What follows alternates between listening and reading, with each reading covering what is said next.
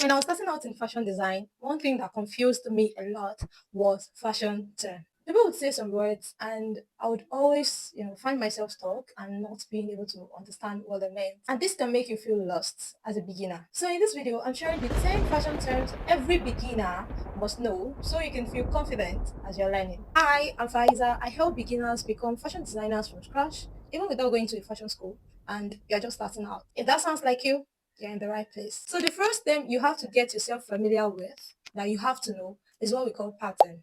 A pattern is a paper template you use to cut fabric into the shape of a garment. Think of it as a blueprint of a dress or a top. Aside from you getting familiar with knowing what this term or pattern means, you have to be able to use it. So when I first started, I am not really a fan of pattern drafting. I do say it in almost every of my videos that I'm not a fan of pattern drafting. I just like getting into the business of cutting and cutting out the fabric. But on the long run, I realized that patterns are there to save you, not do you harm. So you have to get yourself familiar with the term, the art of making use of patterns whenever you're cutting your fabric. Yeah. Before we move on to the next thing that you have to get yourself familiar with, I would like you to check out some of the videos I've uploaded in the playlist. They are beginner friendly and you might want to check them out. Yeah.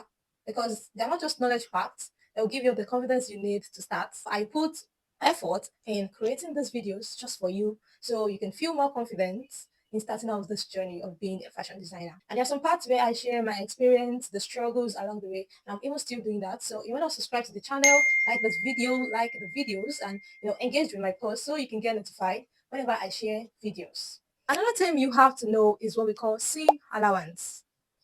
If you hear a designer talking or anybody talking about seam allowance, what comes to your mind is that it is the extra space you leave when you are joining two pieces together. Without seam allowance, your clothes won't fit properly.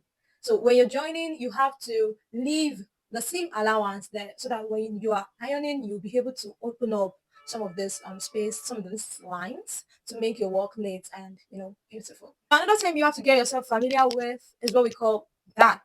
Yeah, that is like a basic term that everybody use anywhere, especially if you're a designer. So as a beginner, you have to get yourself familiar with it and be able to, apply it when you're sewing. That helps to shape a particular garment to fit the body, especially around the bust or the waist. It is actually there to add fittings to your dress, the one you're making. If you're learning fashion design and this video is helpful to you, I would want you to subscribe to the channel. I post beginner-friendly videos like this. So I would want you to join the family of beginner fashion designers starting from scratch and learning.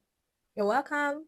So another term you have to get yourself familiar with is what we call the grain line. So the grain line will actually show you how to place fabric correctly when you're cutting. Another term you have to get yourself familiar with is what we call the hem. Hem is the finished edge at the bottom of a garment. You would see hem in almost every dresses. Yeah, in all dresses. So if you hear somebody make mention of the word hem, you should know what it means. There's something we call notches.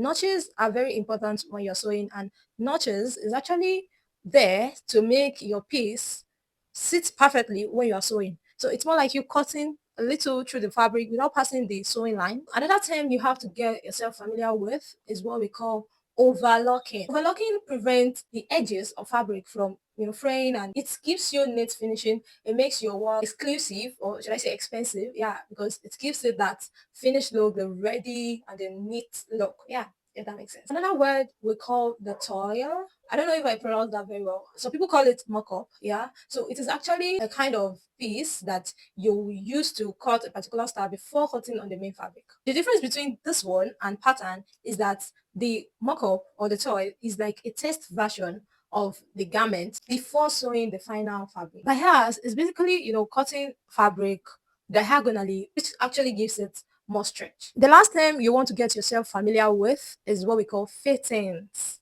Yeah, fitting is a common word that we designers use. I know by now you would have, gotten yourself familiar with that. And if you've not, here you go. Fitting is basically a kind of session. I don't know why I like to use the word session.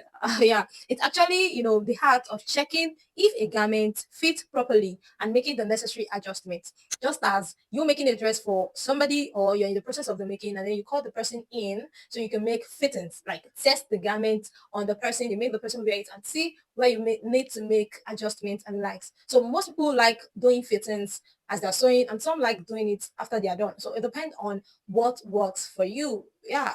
If you want to keep learning fashion design step by step, check out these videos that I've uploaded. You can check them out according to the playlist, the ones you want to start first. They'll give you the confidence you need. You can as well learn out of my real life experience, building my clothing brand from scratch, being a self-taught fashion designer, and the things I've learned over the years. And yeah, would want to share with you. So you want to stay with me on this journey, and yeah, we're gonna grow and learn together. I'll see you in the next one. Till then, bye.